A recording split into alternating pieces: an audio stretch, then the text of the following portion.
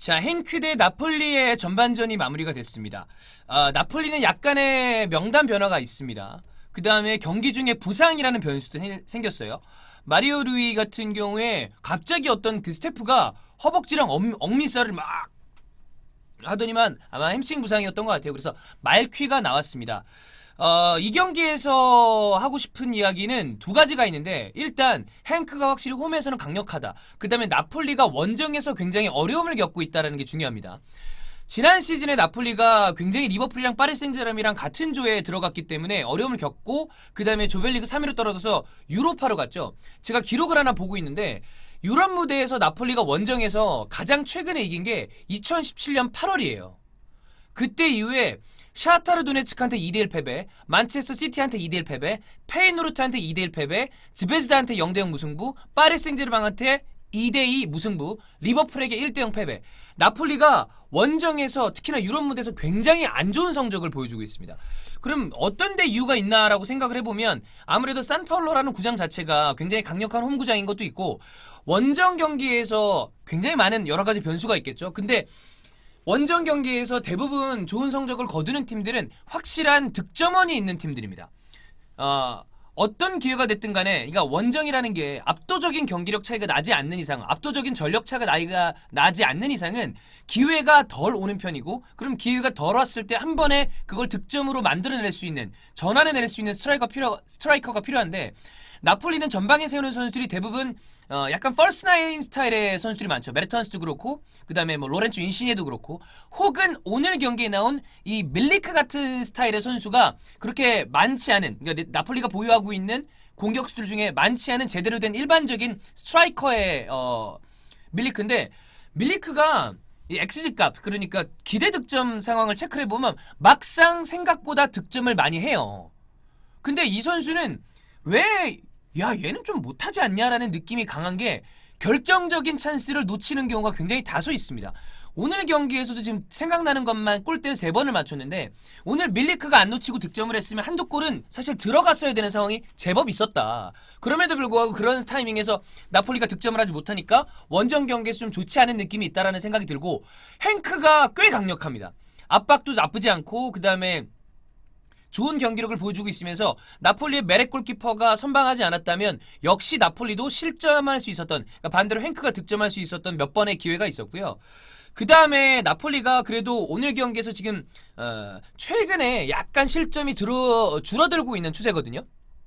저는 어떤 얘기를 이번엔 드리려고 하냐면, 원래 이번 시즌 그 이적 시장 동안에 가장 많은 사람들이 이야기했던 게 나폴리의 센터백입니다. 원래 있었던 칼리드 쿨리발리, 그 다음에 옆에 있는 코스타스 마놀라스를 로마에서 데리고 왔죠. 이 두 명의 센터백 조합은 이론적으로 봤을 땐 세리아 최고의 센터백을 합쳐놓은 건데, 생각보다 초반에 실점이 많았어요. 유벤투스한테도 실점을 했고, 그 다음에 클린시트 경기가 생각보다 별로 없다. 그러면 이걸 어떻게 봐야 되냐? 찬우 형의 히든볼 SL에서 얘기했던 것처럼 코스타스 마놀라스나 쿨리발리가 둘 다 튀어나가기를 좋아하는 수비수입니다. 워낙에 기본적으로 가지고 있는 하드웨어가 뛰어나고 순발력이 좋고 큰 체구에도 불구하고 빠르기 때문에 이 선수들은 먼저 예상해서 뛰어나가서 그 득점이나 그러니까 실점을 할 수 있는 기회 자체를 차단을 해버리는 스타일인데, 그 옆에 그러니까 칼리드 쿨리발리 옆에는 언제나 라울 알비올 같은 선수가 있었다는 거죠. 막시모비치라거나. 근데 그러니까 이렇게 약간 이거는 저는 좋아하진 않아요. 막상 현장 가서 지도자나 선수들한테 이야기를 해보니까 우리가 흔히 웹상에서 이야기하는 이른바 커맨더형, 그 다음에 파이터형의 수비수라는 표현을 그리 많이 쓰지 않더라고요. 그래서 저도 이게 실질적으로 감독이나 선수들은 많이 안 쓰는구나 라는 생각 때문에 덜 쓰려고 하는 편이긴 한데, 어쨌든 라울 알비올이 칼리드 쿨리발리가 튀어나간 자리를 커버해주면서 제법 영리하게 수비하고 있었다는 거를 알비올이 나가고 난 다음에서 이제 느껴지는 거죠. 그러니까 쿨리발리가 나가든 마놀라스가 나가든 이렇게 되다 보니까 오히려 나폴리 수비수가 백포 라인이 실점을 생각보다 많이 하고 있다. 근데 그래도 최근에 막시모비치가 나온다거나 두 명의 조합이 아주 극초반보다는 좀 안정이 돼 있기 때문에 오늘 전반전에는 무실점이 나왔습니다. 이 무실점은 아까 다시 원론으로 돌아가서 마놀라스 쿨리발리보다도 메레의 선방이 많았다, 이런 생각이 좀 들고, 후반전에 주목해봐야 될 거는 행크가 과연 지금 메레가 계속해서 선방하고 있는데 경기 주도권을 전혀 놓치지 않고 있거든요. 이 박빙의 경기에서 먼저 득점을 할 수 있을 것이니 만약에 나폴리가 선제 실점을 한다면 이 경기에서 질 가능성도 배제하기 어려울 것 같고 반대로 나폴리는 적은 기회가 왔을 때 밀리크가 어떻게 득점을 해주느냐 그게 좀 중요할 것 같습니다. 자 그럼 후반전으로 돌아오도록 하겠습니다. 자 그대로 경기 끝났습니다.